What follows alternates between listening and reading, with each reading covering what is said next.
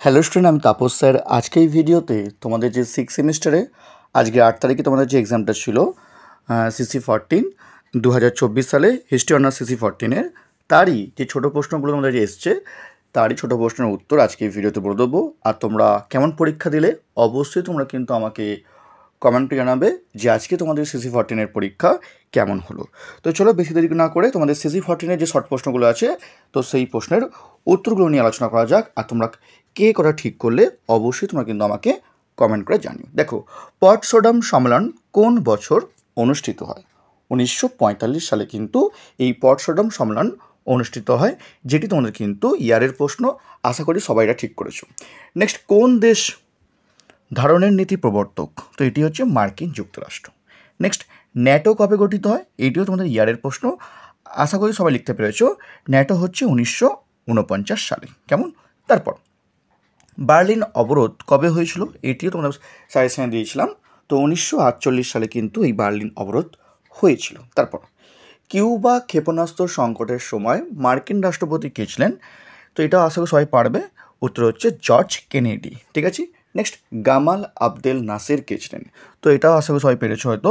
উত্তর হচ্ছে মিশরের রাষ্ট্রপতি ছিলেন এই গামাল আবদেল নাসের। কেমন? তারপর চীনে গণপ্রজাতন্ত্র কবে স্থাপিত হয়? এটিও তোমাদের ইয়ারের প্রশ্ন, সবাই পেরেছ হয়তো। উত্তর হচ্ছে 1949 সালে কিন্তু চীনে গণপ্রজাতন্ত্র কিন্তু স্থাপিত হয়েছিল। নেক্সট, সোভিয়েত কমিউনিস্ট পার্টির 20তম সম্মেলন কোন সালে অনুষ্ঠিত হয়েছিল?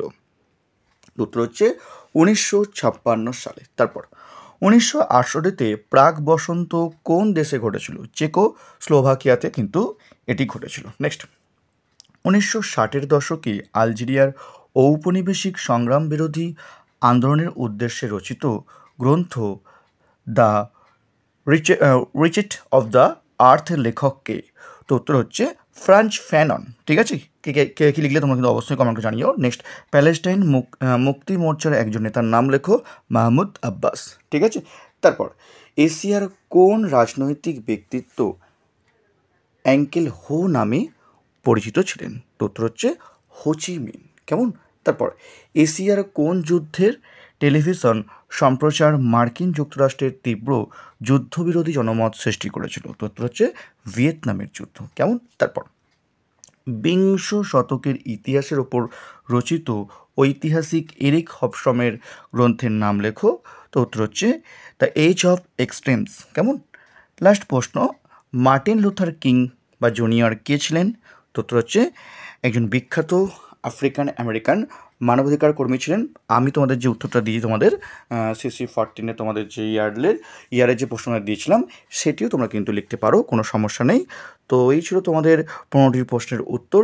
যদি ভিডিওটি ভালো লাগে অবশ্যই লাইক করো। আর তোমাদের কেমন এক্সাম হলো তোমরা কিন্তু অবশ্যই কমেন্টটা জানিও যে আজকে তোমাদের পরীক্ষা কেমন হলো।